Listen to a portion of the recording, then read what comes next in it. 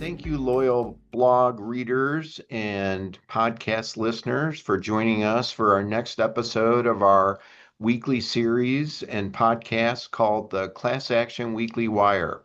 I'm Jerry Maatman of Duane Morris, and joining me today are my colleagues Eden Anderson and Rebecca Bjork. Thank you so much for being here today on the podcast. Great to be here, Jerry. Thanks for having me, Jerry. Today, we wanted to discuss and explore trends and important rulings in the area of arbitration and class action litigation.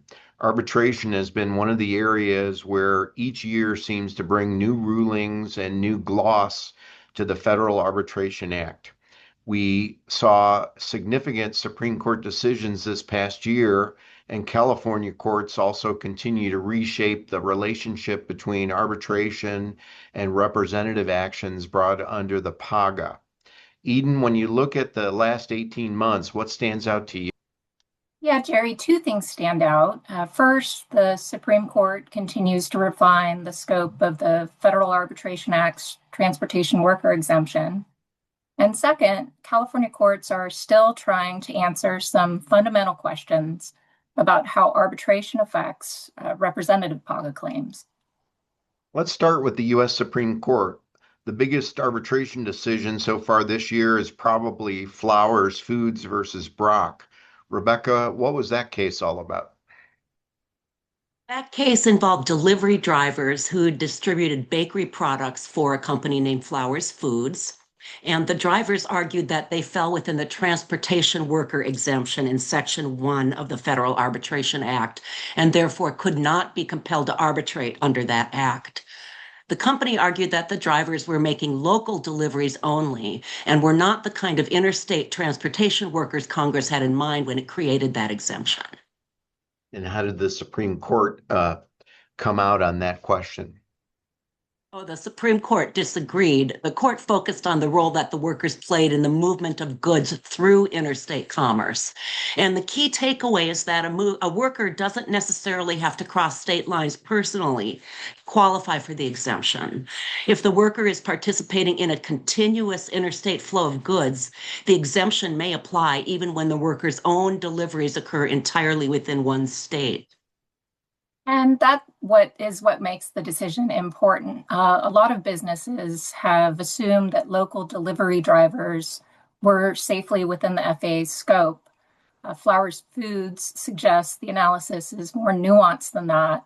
Employers with delivery networks, logistic operations, warehouse to consumer distribution systems, or similar models should be evaluating whether portions of their workforce might now fit within the transportation worker exemption. And what's interesting is that this case, Flowers Foods, isn't really an outlier. It's part of a broader trend at the Supreme Court. Over the last several years, the court has repeatedly focused on the actual work being performed rather than formal job titles or industry labels. And Flowers Foods continues that trajectory. So if that's the federal story at the Supreme Court level, what about California in terms of the state law story and the significant litigation that occurs within the Golden State? Well, as our listeners know, under the U.S. Supreme Court's decision in Viking River, out in California, individual PAGA claims can be separated from a PAGA action and compelled to arbitration. But after Viking River, plaintiffs here began trying to disclaim their individual PAGA claims, trying to avoid arbitration. And courts out here have been grappling with whether that's a permissible tactic and whether if an individual PAGA claim is found to be meritless or non-viable, whether the plaintiff can still pursue representative PAGA claims on behalf of other employees. One of the most significant cases from California in 2025 surely is the CRST expedited versus Superior Court case, where the employee voluntarily dismissed the individual PAGA claim and sought to continue litigating only in a representative capacity. The employer argued that once the individual claim was gone, the representative claim also had to go as well, but the Court of Appeal disagreed. That's right, Jerry. Faced with supposed ambiguity in the statute, The Court of Appeal interpreted PAGA very broadly and concluded that plaintiffs can abandon their individual PAGA claims, sidestep arbitration altogether, and pursue only representative PAGA claims in court. So the bottom line is the CRST decision effectively gave support to the notion that a plaintiff's lawyer can litigate a headless PAGA theory successfully in court. It was a significant victory for the plaintiff's bar, yes, because it suggested that representative claims might survive even after an individual claim is dismissed. But that's actually not the end of the story, because just 2 days later, another California appellate court reached the opposite conclusion. And that case was Williams v. Alacrity Solutions Group. And the court held that a plaintiff needed a viable and timely individual claim in order to pursue representative PAGA penalties. And because the plaintiff's own claim was time barred, that court concluded he could not proceed with the representative action. Yeah, and we saw a similar approach in Leeper versus Shipped. The plaintiff there also tried to avoid arbitration by disclaiming individual relief. And the Court of Appeal there held that all PAGA actions necessarily must include an individual claim. In the court's view, you can't simply disclaim an individual PAGA claim and proceed only in court on behalf of others. Your individual PAGA claim has to be asserted and is subject to arbitration. Well, it sure seems like these issues and principles are on a collision course for the California Supreme Court at this point. That's exactly right. And that's why that California Supreme Court's upcoming review is so important. The court has agreed to address two fundamental questions. First, does every PAGA action necessarily contain both an individual and a representative component? And second, can a plaintiff choose to pursue only the representative portion of a PAGA claim? Well, these sound like technical parsings of the statute, but my sense is there are enormous practical consequences that can stem from the outcome of this question. That's correct, Jerry. If the California Supreme Court approves headless PAGA actions, plaintiffs who signed arbitration agreements will be able to bypass arbitration and proceed directly with representative claims in court.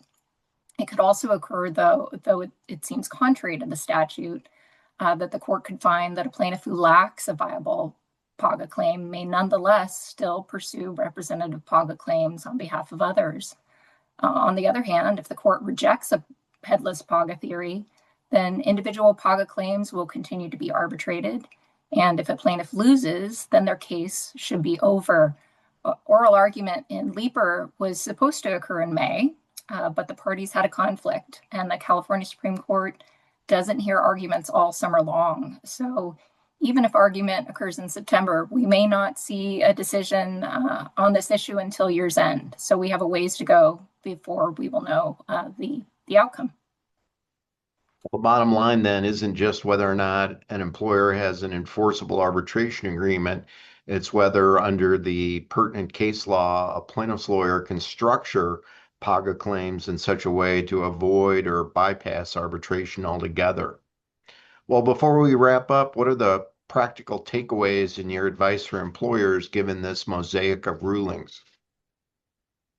Well, first, review your arbitration agreements, and especially if your workforce includes drivers, delivery personnel, others involved in moving goods through interstate commerce, because Flowers Foods may affect assumptions that you have had in place for many, many years regarding your arbitration program. And second, continue viewing arbitration as an important tool, but not necessarily one that can be used in all PAGA cases. And third, stay current in the law. This is a fast-moving area, and it's an area where a single appellate decision can materially change litigation strategy. Well, that's a great summary from both of you. Eden and Rebecca, thanks so much for joining us today on the Class Action Weekly Wire, and thanks to all our loyal listeners for tuning in.